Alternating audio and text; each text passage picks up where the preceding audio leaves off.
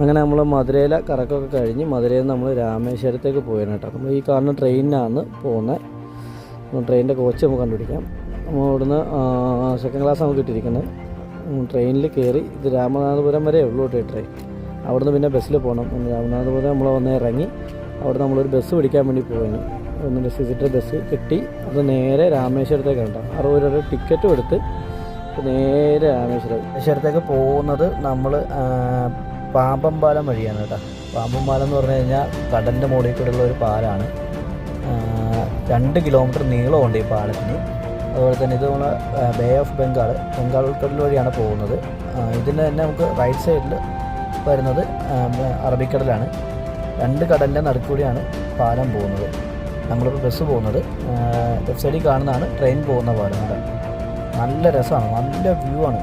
നിങ്ങൾക്ക് ഫോണിൽ കൂടെ എത്രത്തോളം അതിൻ്റെ കളറൊക്കെ മനസ്സിലാവണമെന്നറിയില്ല.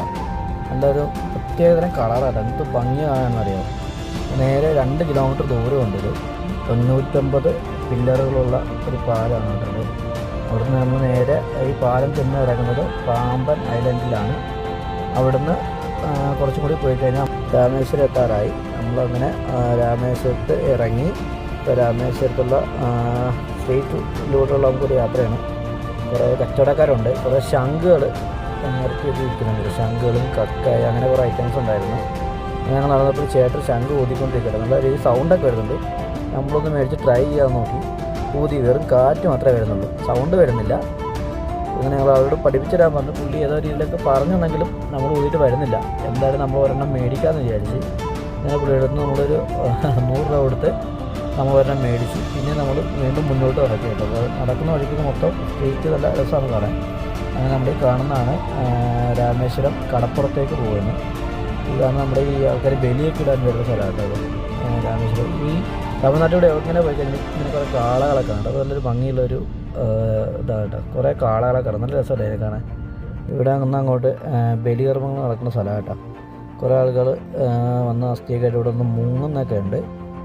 അതുകൂടാണ് ഞങ്ങൾക്കൊരു വെറൈറ്റി ആയിട്ട് തോന്നിയത്. ഇവിടെ കുറേ ആളുകൾ കുറേ ലെൻസൊക്കെ എന്തോ തലയിൽ കണ്ണിൻ്റെ അവിടെ വെച്ചിട്ട് കുറേ നേരം കുറച്ച് നേരം മുങ്ങും, പിന്നെ പൊങ്ങി വരും. എന്തോ നോക്കുന്നതായിട്ട് നമുക്കങ്ങനെ അവിടെ തന്നെ ചോദിച്ചു നമ്മൾ എന്താണെന്ന്. അപ്പോൾ അവർ പറഞ്ഞത് സ്വർണ്ണങ്ങൾ, അതുപോലെ ചില്ലറ പൈസകൾ ഇതൊക്കെ അവിടെ നിന്ന് കിട്ടുമെന്നാണ് പറയുന്നത്. അതായത് ഈ മുങ്ങാൻ വരുന്ന ആൾക്കാരുടെ കയ്യിൽ നിന്ന് ഊരി പോകുന്നുണ്ട്. അതുകൂടാതെ നോർത്ത് ഇന്ത്യൻസ് ഒരു ആചാരമായിട്ട് അവിടെ കളഞ്ഞിട്ട് പോകുന്നുണ്ട്. അപ്പോൾ അതൊക്കെ നോക്കിയെടുക്കുന്നതായിട്ടാണ് ഈ കാണുന്നത്. അപ്പോൾ അതിനു വേണ്ടിയിട്ട് അവർ 10,000 രൂപ അമ്പലത്തിൽ അടച്ചിട്ട് 1 വർഷത്തേക്ക് എടുത്തിരിക്കുന്നതാണ്. അങ്ങനെയാണ് ഇവിടെ വന്നവർ മുങ്ങിയെടുക്കുന്നത്. അത് കണ്ടിന്യൂസ് ആയിട്ട് ചെയ്യത്തില്ല. ഒരു ദിവസം കുറച്ച് ടീമാണ്, അടുത്ത ദിവസം വേറെ ടീമാണ്. അങ്ങനെ നിറയെ പേരുണ്ട് ഇവിടെ. ഇതാണ് അമ്പലം. നമ്മൾ പുറത്തുനിന്ന് ഷൂട്ട് ചെയ്യാൻ നമുക്ക് ഓപ്ഷനുള്ളൂ. അകത്ത് നിന്ന് നമുക്ക് ഷൂട്ട് ചെയ്യാൻ സമ്മതിക്കത്തില്ല. നമ്മൾ അകത്തൊക്കെ കയറി ഇറങ്ങിയതാണ്, പക്ഷേ നമുക്ക് ഷൂട്ട് ചെയ്യാൻ അവർ സമ്മതിച്ചില്ല. അമ്പലം കയറി അവിടെ നിന്ന് ഞങ്ങൾ വീണ്ടും യാത്രയായി. നമുക്ക് സ്ട്രീറ്റിൽ കൂടെ തന്നെ നടന്ന് നമ്മൾ നേരെ കുറേ അധികം കടകൾ കണ്ടു. എല്ലാം ഈ ശംഖുകൾ വെക്കുന്ന കടകളാണ് കൂടുതലുള്ളത്. നമ്മൾ ആ അമ്പലത്തിൻ്റെ സൈഡിൽ തന്നെ നടന്ന് നമുക്ക് ധനുഷ്കോടിയിലേക്ക് പോകണം. അതിന് ഒരു പുളിയും പാസ്സാക്കി ധനുഷ്കോടിയിലേക്കുള്ള ബസ് പിടിച്ച് നമ്മളിപ്പോൾ അവിടുന്ന് ധനുഷ്കോടിയിലേക്ക് പോകണം. ഈ ബസ്സിലാണ് നമ്മൾ ധനുഷ്കോടിയിലേക്ക് പോകുന്നത്. അവിടെ ബസ്സിൽ കയറി അവിടെ നമ്മൾ കണ്ടക്ടറടുത്തൊക്കെ നമ്മൾ കമ്മിയായിട്ടാണ് നമ്മൾ ഒരു 60 രൂപയുടെ ടിക്കറ്റ് അവിടെ നിന്ന് എടുത്ത് വീണ്ടും ധനുഷ്കോടിയിലേക്ക് പോയിരുന്നുണ്ട്. 30 രൂപ ടിക്കറ്റ് ഞങ്ങൾ 2 പേരുണ്ടായിരുന്നു. തോന്നുന്നു 60 രൂപ ടിക്കറ്റ് വന്ന് ഓടിക്കുറച്ച് വന്നപ്പോൾ വണ്ടി കംപ്ലൈൻ്റ് ആയിപ്പോയി. കുറച്ച് നേരം ഞങ്ങളവിടെ വെയിറ്റ് ചെയ്തു. മറ്റേ പപ്പു പറഞ്ഞ പോലെ ഇപ്പോൾ ശരിയാവും എന്ന് പറഞ്ഞ പോലെ കുറേ നേരം നിന്നിട്ട് റെഡിയായില്ല. പിന്നെ അവർ വേറൊരു വണ്ടി ഞങ്ങൾക്ക് അറേഞ്ച് ചെയ്തരാമെന്ന് പറഞ്ഞു. ആ സമയം കൊണ്ട് ഞങ്ങൾ ഒരു മോരുമുള്ള കുടിച്ചത്. മോരുമുള്ള കൊള്ളാൻ കേട്ടോ. ഒരു പെരുംജീരകമൊക്കെ ഇട്ട് ഒരു പ്രത്യേക തരം ടേസ്റ്റ്. അതൊക്കെ കുടിച്ച് നമ്മളങ്ങനെ നിൽക്കുന്ന സമയത്ത് നമ്മൾക്ക് പോകാനുള്ള അടുത്ത വണ്ടി വന്നു. നമ്മളതിലേക്ക് കയറാൻ പോയി കേട്ടോ. അങ്ങനെ നടന്ന് നമ്മൾ ആ വണ്ടിയിലേക്ക് കയറാണ്. ഇതും കംപ്ലൈൻറ്റ് ആകല്ലേ മറ്റേ പ്രാർത്ഥനയിൽ കയറി കൊള്ളാൻ കഴിഞ്ഞിട്ട് ആ പോക്ക്. നല്ല രസമുണ്ടായിരുന്നു. ആ ഒരു വ്യൂ ഭയങ്കര ബ്ലാങ്കായിട്ട് ഒരു ലെഫ്റ്റ് സൈഡിൽ ഒരു കടൽ ആദ്യം നമ്മൾ കണ്ട്. കുറച്ച് കഴിഞ്ഞപ്പോൾ 2 സൈഡിലും കടല. ഒരു സൈഡിൽ അറബിക്കടൽ, മറ്റേ സൈഡിൽ നമുക്ക് ബംഗാൾ ഉൾക്കടലാണ് വരുന്നത്. അങ്ങനെ നേരെ നമ്മൾ ധനുഷ്കോടിയിൽ വന്ന് ഇവിടെ വന്നിട്ട് ഒരു രക്ഷയില്ല കേട്ടോ. എന്ത് കളർഫുള്ളാണെന്നറിയാമോ. വണ്ടടിച്ച പോലെ നിൽക്കുകയായിരുന്നു. പിന്നെ ഞങ്ങൾ അതിൻ്റെ സൈഡിൽ കൂടെ നടന്ന് നല്ല കാറ്റും ഉണ്ട്. ഒരു രക്ഷയില്ല. നേരെ നടക്കുകയാണ്. എന്താ പറയുക, ഭയങ്കര ഫീലിംഗ്. അവിടെ വരണം, ഒരു വല്ലാത്തൊരു ഫീലിംഗ് കേട്ടോ. അങ്ങനെ നമ്മൾ നടന്ന് കുറച്ചേരം നിൽക്കാമെന്ന് വിചാരിച്ചു. ഒരു രക്ഷയില്ല. അവിടെ നിന്ന് കഴിഞ്ഞാൽ വല്ലാത്തൊരു ഫീലിംഗാണ്. ഇപ്പോൾ നമ്മൾ നിൽക്കുന്ന ഇന്ത്യയുടെ ഒരു അറ്റത്താണ് കേട്ടോ. എൻ്റെ അപ്പുറത്ത് ശ്രീലങ്കയാണ്. എനിക്ക് തോന്നുന്നത് 10-12 കിലോമീറ്ററേ ഉള്ളെന്നാണ് എൻ്റെ അറിവ്. അപ്പുറത്ത് ശ്രീലങ്കയിലേക്ക് നമ്മൾ ഇന്ത്യയുടെ ഒരു അറ്റത്താണ് നിൽക്കുന്നത്. ഒരു രക്ഷയില്ല. കടലിൻ്റെ കളറെന്ന് പറഞ്ഞാൽ വേറൊരു ലെവൽ കളർ കേട്ടോ. രണ്ടും രണ്ട് കളറാണ്. അങ്ങനെ നമ്മൾ ലെഫ്റ്റ് സൈഡിലെ കടലിൽ നമ്മൾ ഇറങ്ങി. അതായത് ബംഗാൾ ഉൾക്കടലിലാണ് നമ്മളിപ്പോൾ ഇറങ്ങി ഒന്ന് കുളിക്കാമെന്ന് വിചാരിച്ചു. അവിടെ കുളിക്കാനുള്ള സൗകര്യമുണ്ട്. അങ്ങനെ നമ്മളവിടെ കുറേ നേരം ഒരു 1.5 മണിക്കൂറോളം നമ്മളെ വെള്ളത്തിൽ കിടന്ന് അറിച്ച്.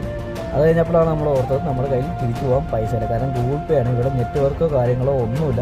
പക്ഷേ നമ്മൾ മലയാളികളാണ്, കടം പറഞ്ഞ ആളുകൾ നമ്മൾ പോകും. അതുകൊണ്ട് നമ്മൾ കുറച്ചേരം നോക്കിയിരുന്നു എന്ത് ചെയ്യുന്ന അറിയാതിരിക്കുമ്പോൾ നമുക്ക് പോകാനുള്ള ബസ് വരുന്നുണ്ട്. നേരെ നടന്ന് ബസ്സിൽ കയറി കണ്ടക്ടറോട് കാര്യം പറഞ്ഞു.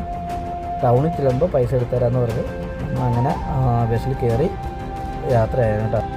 രാമേശ്വരത്തിൽ ചെന്നിട്ട് നമ്മൾ വീണ്ടും SEC ബസ് 7:20 നമ്മൾ കന്യാകുമാരിയിലേക്ക്, നമ്മൾ അടുത്ത ഡെസ്റ്റിനേഷൻ കന്യാകുമാരിയാണ്. നമ്മളിപ്പോൾ പോകുന്നത് കന്യാകുമാരിയിലേക്കാണ്.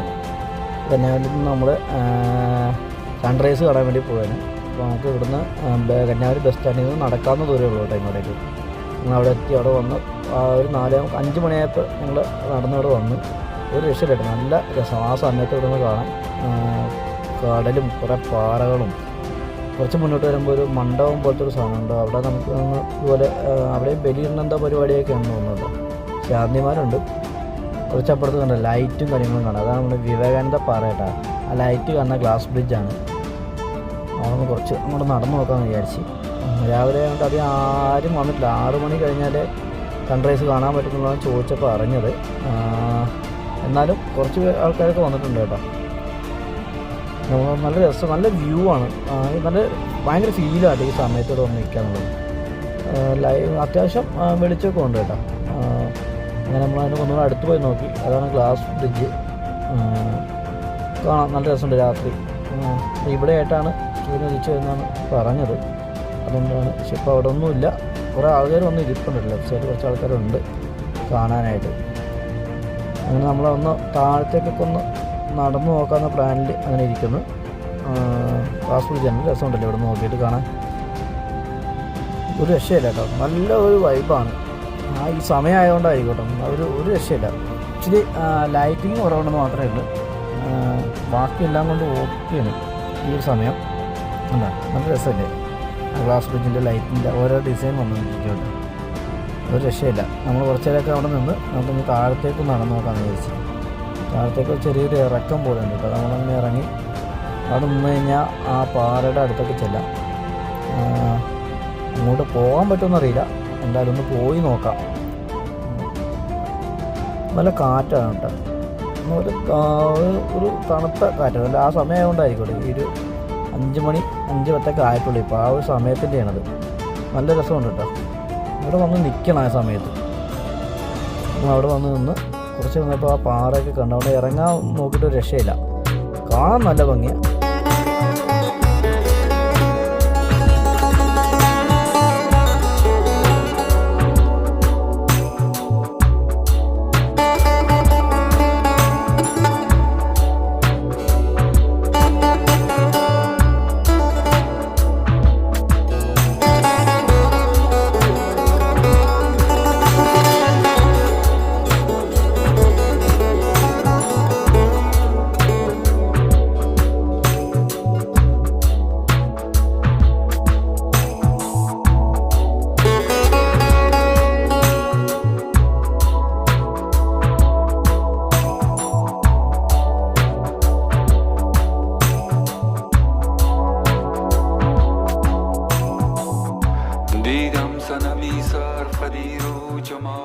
അങ്ങനെ സൂര്യൻ ഉദിച്ചു വന്നിരിക്കട്ടാ.